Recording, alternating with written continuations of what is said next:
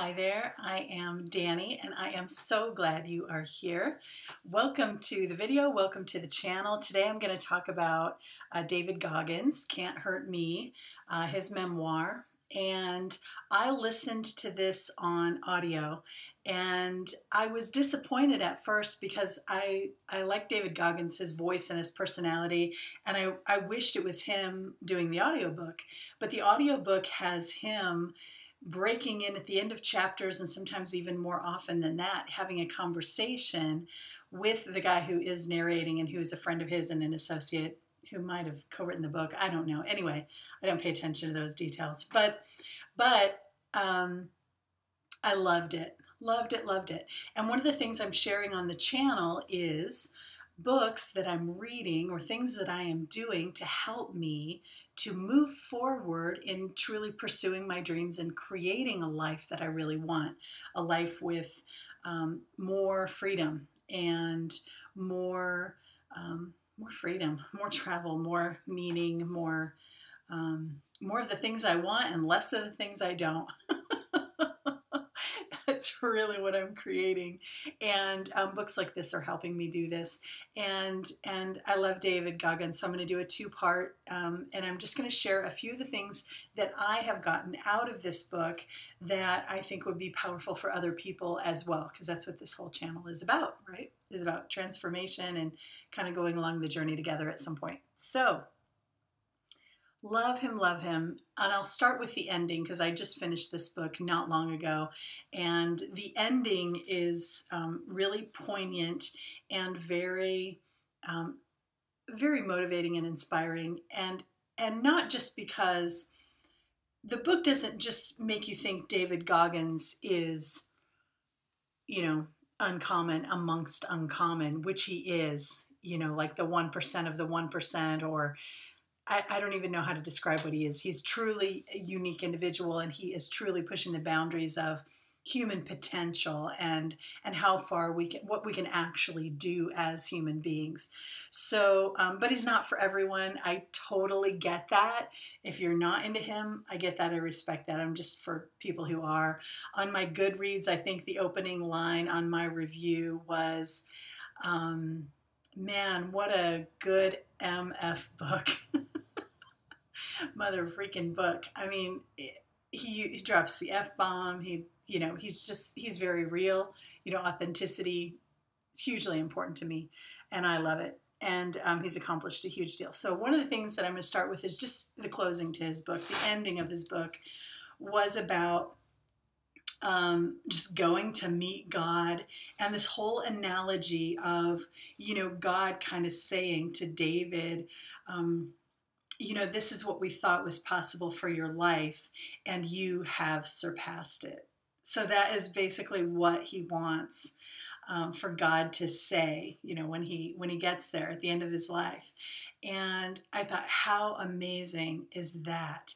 Because David Goggins had a life trajectory at however old, maybe his early 20s or whatever, when he was in his current situation. He was in a job that was that he really hated, where he was underemployed, underpaid, just he hated it. It was a disgusting job. I'm not even going to get into that. But anyway, he hated it, and he knew he wanted to completely change his life, and he had a dream of being a Navy SEAL. And so he had this dream in him, and he decided to go to extreme measures to make it happen. But the thing is, I keep coming back to is being my own, trying to be my own hero in life. So at critical points I have gone in my life when I've made big changes, and there's always been a really strong motivation, a really strong incentive for me. I know when I was younger, when I got my divorce, actually, I was really motivated by the fact that I was the primary example for my children of how a woman in a marriage, of how a grown woman, how a mother was supposed to act. I was the role model. And I was not proud of the person that I was being while I was in this marriage, and I knew I needed to leave. And it was a big motivating factor for me to be able to use that as a motivation, to use that as kind of a guidepost. Am I being the kind of mom that I would be proud of, that they can model after? Nobody's perfect. I'm not saying, believe me, I'm flawed. I am just as flawed as anybody else. But when I really latched onto that, it really made a big difference for me. And it helped to give me a guidepost to know when I was off track, when I was on track, right? And I didn't always live up to that standard, but it was beneficial to have it. So right now in my life, I want to create something new. And so my incentive, my motivation is really becoming, how do I be my own hero in this story? When I go back and write my life, I want to be the hero. I'm the protagonist. It's about me and my journey, just like your life's about you. We're all in this, we're in this whole world, but we have our own little world. We have our own world. And so we are the hero. We are the protagonist. And so this journey, I want to try to be my own hero. And David Goggins is an inspiration and makes me want to do that and shows me how he has kind of done that for himself. I'm not saying I'm going to go about it the same ways that he does, and that's fine, because this book isn't about doing everything David did or following in his footsteps. It's really about practical moves that we can make to improve our lives. So that's one of the things, being your own hero. Another thing I got out of this book that I really loved, he talks again and again and again about having a calloused mind. So he's like saying, just like the blisters and the heavy skin on your hands when you lift weights a lot, or when you, like he did, set a world record for pull-ups, and that callousing of the hands, that thickening of the skin, it toughens you up so that you can do things now that you didn't do before.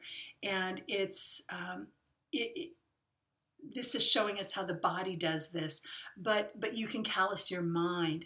And the importance of callousing your mind is this. And he gives lots of ways to try to do this, and his book is full of this stuff. But what he says basically is, when we try to avoid external pain, in other words, here's a situation that's uncomfortable. I'm going to avoid it rather than go into it. Here's a goal that I'm not sure I can reach. I'd rather stay on the couch and not try than to try and fail. When we try to avoid pain, which is a natural human instinct. I mean, even the simplest life forms have reactions where they try to avoid pain, and they try to seek, whether it's even playing field, what is that, symbiosis, or I don't know, the natural level of things. They seek safety, they avoid pain. Anyway, I forget the terminology. Even the simplest life forms seek to avoid pain and seek whatever's beneficial. It's natural for us to do this, but what he's saying is, if you want to be extraordinary, you can't do that, because if you're trying to avoid pain in your life, what's really happening is you are actually moving toward pain. You're building up pain internally, because you're avoiding things and you're pushing it down and you're letting that fear rule the day. And so it's getting stronger and stronger, and you don't even realize it, and it's all in you and it's pushing. But if you face pain, and the way you face pain is you callous your mind. You start small and do little things, and then you prove to yourself that you can do it. And then you're on a different trajectory, right? Your life starts to change. What's possible for your life starts to change based on these small things you're doing to try to callous your mind. In other words, seeking out pain, seeking out challenges, seeking out things that are going to stretch you and grow you beyond what you are right now.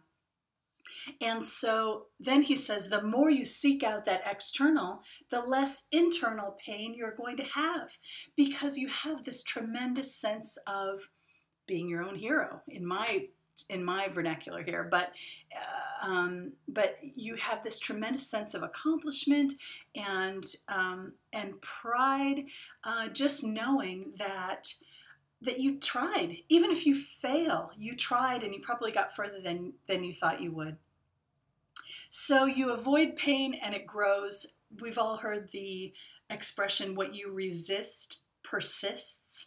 This is kind of David Goggins' take on that, which is, if you're trying to avoid it, it's coming at you and it's there. And so you're better off to face it and be really honest with yourself. He's so honest with himself, and he has these sessions where he will look in the mirror and just call himself out.